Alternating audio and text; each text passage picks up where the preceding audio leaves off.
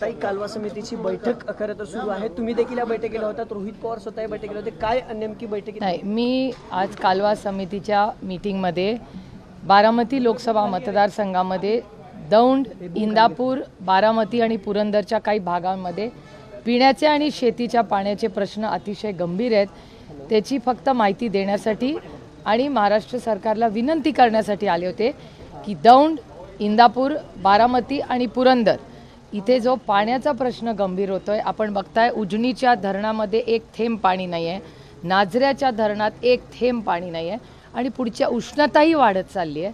त्याच्यामुळे या सगळ्या गोष्टींचा गांभीर्याने विचार महाराष्ट्र सरकारने करावा आणि पिण्याचं पाणी, शेतीचं पाणी, गुरांचं पाणी आणि छावण्या या सगळ्याचा विचार अतिशय गांभीर्याने करावा एवढीच विनंती करायला मी आले होते.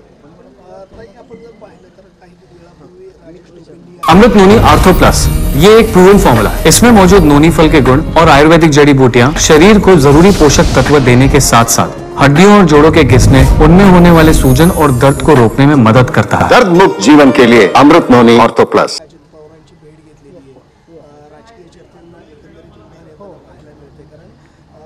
राजेश टोपे हे तुमच्या सोबत असल्याने ते आता अजित पवारांची भेट सकाळी लवकर घेतली. अजितदादा हे महाराष्ट्राचे DCM आहेत आणि पुण्याचे पालकमंत्री आहेत. त्याच्यामुळे अर्थातच आम्हाला जरी आता ते एका वेगळ्या विचाराच्या पक्षात सरकारमध्ये काम करत असतील तर आम्ही लोकप्रतिनिधी आहोत.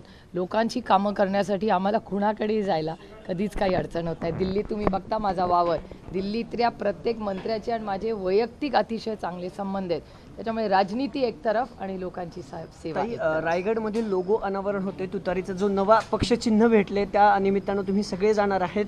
रायगडावरच करण्याचं कारण काय आणि पुढची वाट? मला असं वाटतं अभी 1.5 तासातच सगळं कळणार आहे. तुमच्याही चॅनलवरून मी सकाळी पाहिलं की 2 तासाची हलचल. त्याच्यामुळे बघा आणि तुमच्या आणि महाराष्ट्राच्या मायबाप जनतेने आम्हाला या नवीन प्रवासात आशीर्वाद द्यावे एवढीच विनम्र विनंती करते. दुसरीकडे बारामती लोकसभा मतदारसंघाचा तुम्ही दौरा करताय, तुम्ही दौरा करताय. दादांचे देखील 3 मेळावे आहेत. काल सुनित्रा वहिनी असं म्हणाल्यात की तुम्ही मला नेहमी साथ दिले, यापुढेही साथ द्या. तुम्ही स्वतः आज भोरमध्ये जाणार आहेत. नेमकं काय? अहो, मी गेले 15 वर्ष या भागाची लोकप्रतिनिधी आणि त्याच्या आधी 2 वर्ष म्हणजे लोकसभा लढायचा जेव्हा निर्णय गेला त्याच्यामुळे मी 2 वर्ष आधी सगळा मतदारसंघ फिरले होते. त्याच्यामुळे मला मतदारसंघात फिरणं म्हणजे एक कुटुंबात म्हणून आम्ही मतदारसंघात काम करतो. हे गेले जवळपास 18 वर्षाचे माझे वैयक्तिक प्रेमाचे ऋणानं बंद आहेत. आपल्याला आठवत असेल की 2009मध्ये मी पहिल्यांदा लोकसभा जेव्हा निर्णय घेतला पक्षाने मला तिकीट द्यायचा, त्याच्या आधी मी 2007 पासून माझ्या लोकसभा मतदारसंघात सातत्याने फिरत होते आणि मला असं वाटतं लोकशाही आहे, प्रत्येकाला फिरण्याचा अधिकार. हिंदी में नया लोगो मिला है, उसका इनॉग्रेशन होगा रायगढ़ पे. यस, एक लाइन. हाँ, जल्दी. नया लोगो मिला है, तारीख उसका इनॉग्रेशन होगा.